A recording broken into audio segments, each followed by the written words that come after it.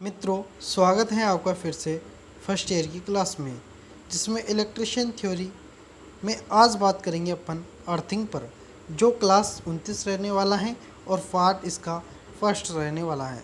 इसमें बहुत ही शानदार क्वेश्चंस जो कि आपके अर्थिंग का है।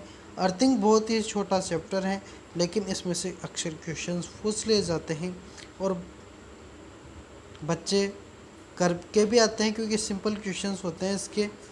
और इंजीनियरिंग ड्राइंग सेकेंड ईयर वालों के लिए, इनके आपके सेकेंड ईयर में भी इसका डायग्राम आता है अर्थिंग का। तो अभी सेकेंड ईयर के लिए आपके लिए कोई टेंशन वाली बात नहीं है। आप फर्स्ट ईयर का एग्ज़ाम दीजिए, उसको पास कीजिए अच्छी प्रकार से। तो देखिए, यहाँ पर फैन चल रहा है तो उसकी कुछ आवाज़ आपको आएगी, तो उससे आप डिस्टर्ब ना होइएगा और उसको सहिएगा, क्योंकि बहुत गर्मी है। तो आप भी समझ सकते हो कि कैसे क्या करना पड़ रहा है। तो ठीक है, तो आते हैं क्वेश्चंस पर। फालतू बात पर अपन ध्यान नहीं देंगे, ठीक है। डायरेक्ट क्वेश्चंस पर आते हैं। देखिए दोस्तों, इंग्लिश और हिंदी में क्वेश्चंस रहेंगे, मैं हिंदी में पढ़ूंगा, ठीक है। और यहाँ पर जो ये अंक लिखे हुए हैं इन पर ध्यान मत दीजिएगा, डायरेक्ट आप समझिएगा एक से ही। इन अंकों पर ध्यान मत दीजिएगा, डायरेक्ट अपन क्वेश्चंस पढ़ेंगे, है ना। तो पहला क्वेश्चन से BIS के अनुसार, BIS की फुल फॉर्म आप जानते होंगे, नहीं जानते हो तो मैं बता देता हूँ कि इसकी जो फुल फॉर्म होती है वो होती है ब्यूरो ऑफ इंडियन स्टैंडर्ड्स, ठीक है। के अनुसार एकल चरण घरेलू वायरिंग में एल्यूमिनियम अर्ध निरंतर तथा कंडक्टर का न्यूनतम आकार क्या है। देखिए, यहाँ पर ऑप्शंस दिया है 3 वर्ग मिमी, 3.5 वर्ग मिमी, 2.5 वर्ग मिमी या 1.5 वर्ग मिमी। देखिए, इसमें से कौन सा आंसर आपका सही रहने वाला है। तो देखिए, इसमें से आपका सी वाला आंसर जो है वह सही रहने वाला है। समझिएगा दोस्तों। देखिए, यहाँ पर क्या पूछा है इसने कि घरेलू वायरिंग में एल्यूमिनियम का अर्थ निरंतरता कंडक्टर का न्यूनतम आकार, यानी कि जो अपन अर्थ में तार वायर जो यूज़ करते हैं उसकी मोटाई कितनी होती है, न्यूनतम कम से कम मोटाई कितनी होती है, तो 2.5 वर्ग मिमी होती है, ठीक है। नेक्स्ट क्वेश्चन पर आते हैं। क्वेश्चन है, मौजूदा अर्थ संयोजन में अर्थ प्रतिरोध मान को कम करने के लिए किस पद्धति का उपयोग किया जाता है। देखिए, ऑप्शन है इलेक्ट्रोड की लंबाई बढ़ाना, धरती के गड्ढों में हमेशा गीला स्थिति में रखना, या गड्ढे में और रेत तथा चारकोल भरना, और डी वाला ऑप्शन से इलेक्ट्रोड का व्यास बढ़ाना। देखिए, क्वेश्चंस को आप फिर से समझिएगा। क्वेश्चंस बड़ा है तो एक बार में स्क्रीन पे नहीं मारा है तो मैं इसको छोटा कर देता हूँ, चलो ठीक है। और ये इंग्लिश वाला छिपा देते हैं। देखिए, वहाँ हिंदी और इंग्लिश में दोनों में क्वेश्चंस आएंगे, तो आप अपने हिसाब से मैनेज कर लेना।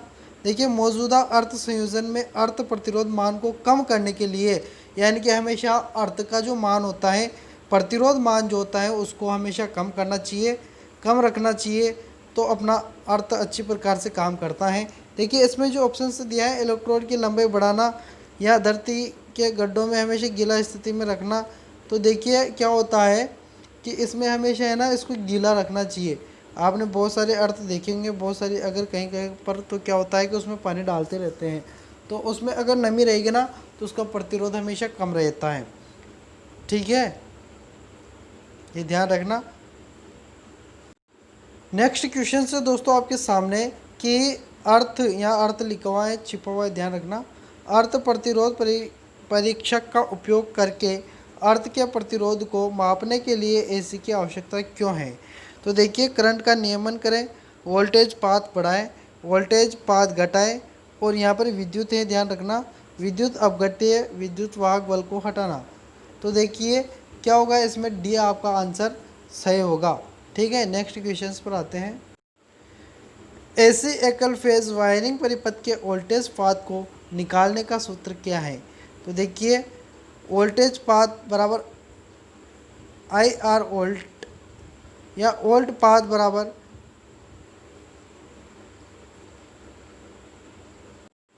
I/R वोल्ट या I प्रति R वोल्ट। डी वाला ऑप्शन पढ़ने की कोई आवश्यकता नहीं है, आपका आंसर यही रहेगा ए वाला, वोल्टेज पाथ बराबर IR वोल्ट। ठीक है, ये ध्यान रखिएगा। देखिए मोस्ट इम्पोर्टेंट क्वेश्चन है, अच्छी प्रकार से इनको समझ लीजिए, याद कर लीजिए, आप अच्छी प्रकार से नंबरों से एग्ज़ाम ज़रूर पास होंगे। ठीक है, देखिए क्वेश्चन से नेक्स्ट वाला कि उपभोक्ता मुख्य बोर्ड में सेवा संयोजन आपूर्ति किस स्थान से जुड़ी होती है? IC कट आउट या मुख्य स्विच, ऊर्ध्वमापी या वितरण बोर्ड। तो देखिए यहाँ पर जो क्वेश्चंस दिया है उस प्रकार से अपन सी वाले ऑप्शंस को सही मानेंगे, ऊर्ध्वमापी। यानी कि देखिए उपभोक्ता मुख्य बोर्ड जो होता है में सेवा संयोजन आपूर्ति की स्थान से जुड़ी, देखिए तो ऊर्ध्वमापी से जुड़ी होती है। ठीक है, देखिए नेक्स्ट क्वेश्चन से नए घरेलू वायरिंग स्थापना का परीक्षण करने के लिए उपकरण का उपयोग किया जाता है। क्वेश्चन से नए घरेलू वायरिंग स्थापना का परीक्षण करने के लिए किस उपकरण का उपयोग किया जाता है? तो मल्टीमीटर, मेगर, शंट प्रकार ओम मीटर या श्रेणी प्रकार ओम मीटर। तो देखिए नए घरेलू जो वायरिंग स्थापना का परीक्षण करने के लिए अपन हमेशा मेगर का उपयोग करेंगे। ठीक है, इससे इंसुलेशन मापा जाता है, उस प्रकार से फॉल्ट वाल्ट अपन निकाल सकते हैं। ठीक है, ध्यान रखिएगा। नेक्स्ट क्वेश्चन से आपका नेक्स्ट जो क्वेश्चन है सिस्टम अर्थिंग कहाँ किया जाता है? तो जनरेटिंग स्टेशन पर, विद्युत लेपन यानी कि इलेक्ट्रोफ्लेटिंग की स्थापना में, या छोटी औद्योगिक स्थापना में, या घरेलू वायरिंग स्थापना में। तो देखिए अर्थिंग कहाँ किया जाता है, सिस्टम अर्थिंग, तो यह जनरेटिंग स्टेशन पर किया जाता है, जहाँ पर विद्युत का उत्पादन होता है वहाँ पर किया जाता है। नेक्स्ट क्वेश्चन से मेगर का उपयोग करने का परीक्षण किया जाना, ध्रुवता जांचना, कुचालक प्रतिरोध, भू इलेक्ट्रोड या भूचालक निरंतरता जांच। तो मैंने अभी बताया था आपको कुछ समय पहले, तो देखिए मैंने प्रतिरोध का बताया था, इंसुलेशन प्रतिरोध, तो वही बात यहाँ पर आ गई है नेक्स्ट क्वेश्चंस में। तो देखिए यही अपना आंसर होगा, कुचालक प्रतिरोध जिसको बोला जाता है इंसुलेशन रेजिस्टेंस। ठीक है, नेक्स्ट क्वेश्चन है दोस्तों, घरेलू वायरिंग सर्किट में लैंप चमक कम और मोटी धीमी गति से चलने का क्या कारण है? तो न्यूट्रल लाइन में खुला परिपथ, चालकों के बीच लघु पतन, या उच्च मान श्रेणी परिपथ दोष, या भू संपर्क तार में खुला परिपथ। तो देखिए इस प्रकार के क्वेश्चंस का क्या होता है आंसर, चमक कम और मोटर धीमी गति से चलने का क्या कारण है? तो देखिए इसका जो आंसर है वह होगा सी वाला, उच्च मान श्रेणी परिपथ दोष, high value series resistance fault. ठीक है, ये ध्यान रखिएगा, सी वाला इसका आंसर हो जाएगा दोस्तों। नेक्स्ट क्वेश्चन से आपका बहुत ही मोस्ट इम्पोर्टेंट क्वेश्चन है, सिस्टम अर्थिंग को किस वायरिंग स्थापना के लिए किया जाता है? तो उपकेंद्र, गोदाम वायरिंग, घरेलू वायरिंग या व्यावसायिक वायरिंग। तो इसको किया जाता है हमेशा उपकेंद्र पे किया जाता है, जहाँ पर लाइट्स सब स्टेशन जो कि अपने घरों के लिए लाइटिंग के लिए जो स्टेशन होता है उससे पहले, मीटर से पहले जो होता है ना वही। ठीक है, नेक्स्ट क्वेश्चन है दोस्तों कि IE नियम के अनुसार उदासीन संयोजन में हार्मोनिक विकृतियों को कैसे नियंत्रित किया जाता है? IE के अनुसार देखिए जो होता है उदासीन संयोजन में हार्मोनिक विकृति को कैसे नियंत्रित किया जाता है, तो ऑप्शन से आपके सामने, प्रतिबाधा के माध्यम से कमाई,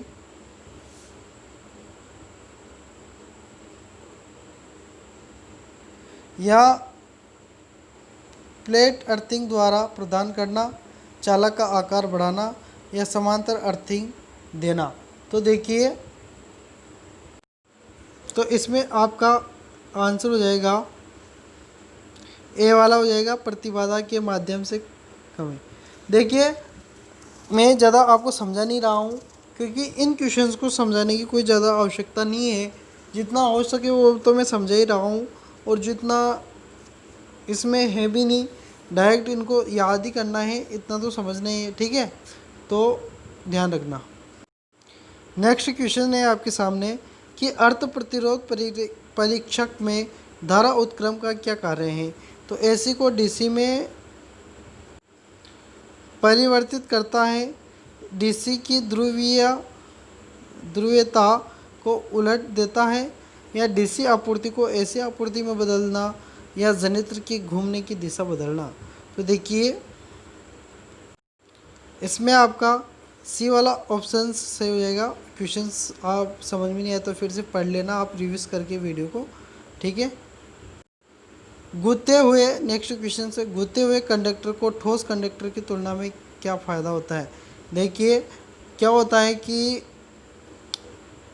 कोई तार तो एक ही तार होता है, ओनली एक ही चालक होता है जैसे ये, और कोई तार ऐसे गुच्छे हुए होते हैं जिसमें बहुत बारीक बारीक तार, जो कि बहुत सारे तार होते हैं, जैसे एल्यूमिनियम का वायर या कॉपर का वायर, कोई सा भी हो, लेकिन उसमें जैसे कि इतने जाल से बने हुए तार आते हैं, या जो किसी में क्या होता है कि एक ही तार होता है।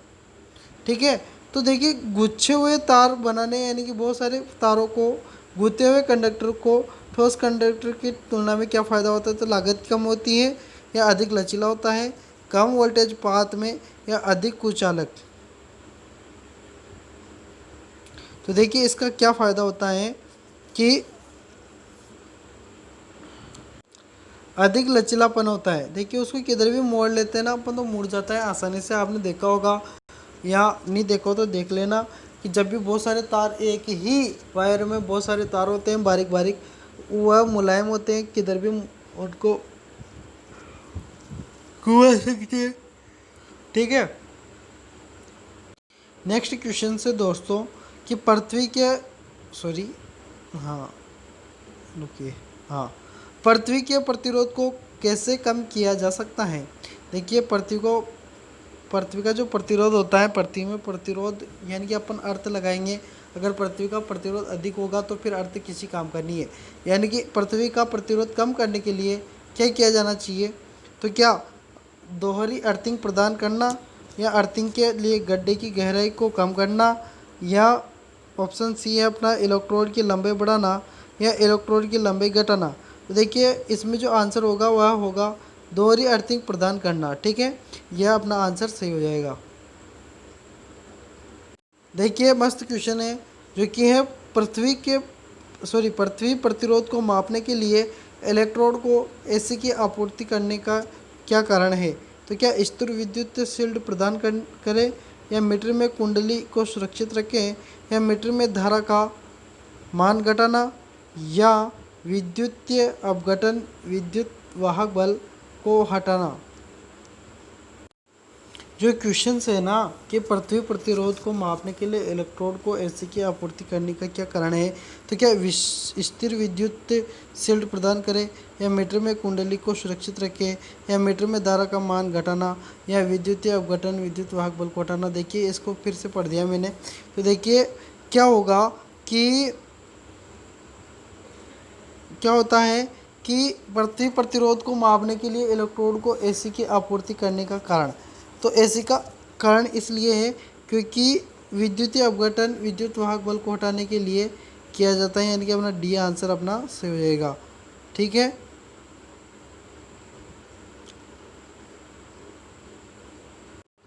क्वेश्चन है कि मेगर उपयोग में नहीं है, फिर भी क्यों सूचक पैमाना शून्य पर स्थिर नहीं है। देखिए, क्या होता है, मेगर का मीटर आप जब भी देखिएगा तब क्या होता है कि जैसे कि ये मेगर है, तो इसमें क्या होता है, इधर शून्य होता है और इधर होता है अनंत। तो शून्य का वो जो कांटा होता है ना, हमेशा अनंत पर होता है। सर्वप्रथम जब अब उसको किसी भी काम में नहीं ले रहे, फिर भी कांटा कहाँ पर होगा, अनंत पर होगा। जब उसको काम में लेंगे तो अनंत से वो शून्य की ओर आता है। इस प्रकार से आप देखिएगा, बहुत ही शानदार मीटर आपको चलाने में मज़ा आएगा। या अगर आप आईटीआई करते हो तो हो सके तो आपके जो प्रैक्टिकल वाले टीचर्स हो उनसे पूछ लेना कि मेगर का हमें उपयोग बताइए, ठीक है। तो देखिए, यह बलागुंड को नियंत्रित नहीं कर रहा है। ऑप्शन सी ये बोल रहा है हवा घर्षण डैम्पिंग प्रदान की, या विचलन बलागुंड धारा के समानुपाती है, या विचलन बलागुंड धारा के वर्ग के समानुपाती है।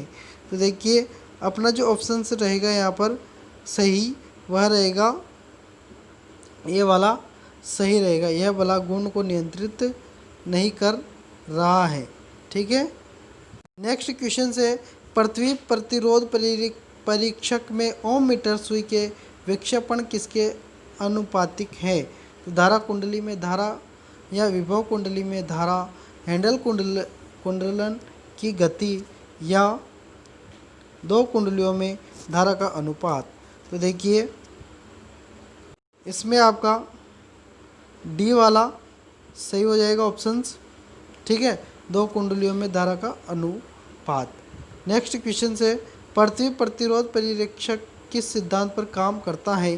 तो स्वप्रेरण, अन्योन्य प्रेरण, विभवपात विधि, फ्लेमिंग का बाएं हाथ का नियम। तो देखिए, इसमें आपका सी वाला आंसर सही हो जाएगा कि यह विभवपात विधि के सिद्धांत पर कार्य करता है। विभवपात विधि।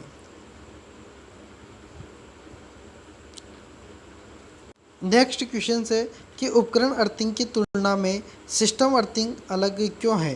तो क्या यह केवल मनुष्य की रक्षा करता है, या यह सभी परिपथ दोष से बचाता है, या यह धारावाहक चालकों से संबंधित है, या यह गैर धारावाहक धातुओं से संबंधित है। तो इसमें जो आपका आंसर है सी वाला, यह धारावाहक चालकों से संबंधित है, यह आपका सही हो जाएगा, ठीक है। नेक्स्ट क्वेश्चन पर बात करेंगे। यदि किसी व्यक्ति को 20 मेगा एम्पियर धारा का झटका प्राप्त होता है तो क्या प्रभाव पड़ता है। कोई संवेदना नहीं, दर्दनाक झटका, हृदय आघात, बेहोश होना। तो देखिए क्या होगा, दर्दनाक झटका लगेगा, ठीक। नेक्स्ट क्वेश्चन से कि एमसीबी के विद्युत उपकरण एल श्रेणी का उपयोग किया जाता है। तो गीजर, लोकोमोटिव, हेलोजन लैंप, वातानुकूल। तो देखिए, इसमें ए आंसर आपका सही हो जाएगा। नेक्स्ट क्वेश्चन है कि डेड लघु वायरिंग इंस्टॉलेशन में मेगर क्या पड़ रहा है।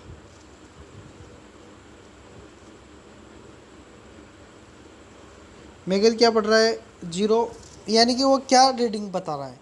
तो 0 मेगावाट, या 1 मेगावाट, 500 मेगावाट, या अनंत।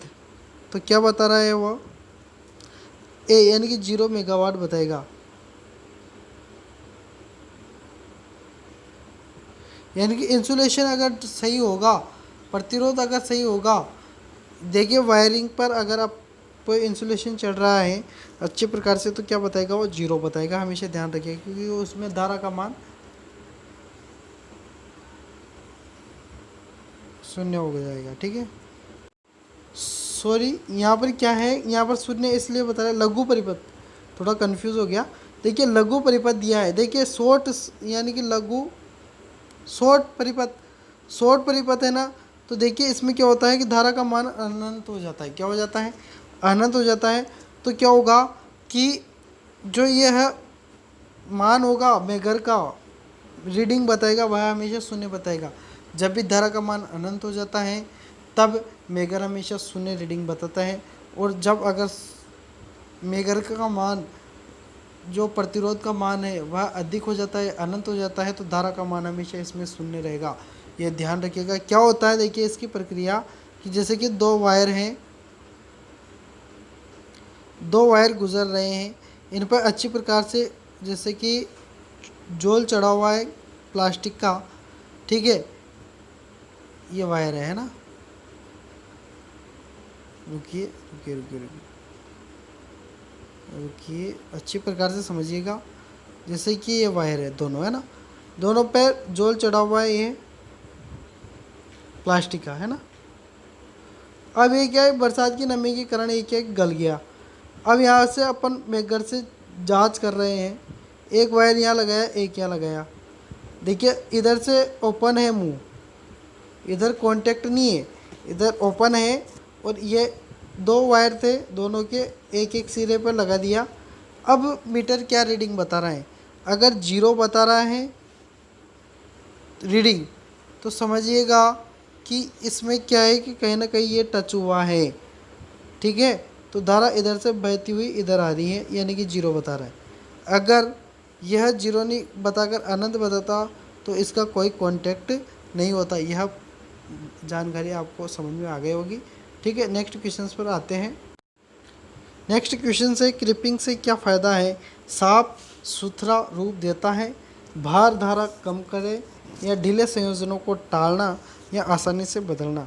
तो देखिए ढीले संयोजनों को टालना, यह आपका आंसर सही हो जाएगा। ठीक है, तो आपका अर्थिंग चैप्टर समाप्त होता है। नेक्स्ट वीडियो में नेक्स्ट चैप्टर के साथ फिर से हाजिर होते हैं। अगर आपने अभी तक चैनल को सब्सक्राइब नहीं किया है तो उस चैनल को सब्सक्राइब कर दीजिएगा। वीडियो पसंद आया तो उसको लाइक कीजिएगा और अपने दोस्तों को भी शेयर कीजिएगा। ठीक है, और पढ़िए, ध्यान रखिए। ठीक है, धन्यवाद।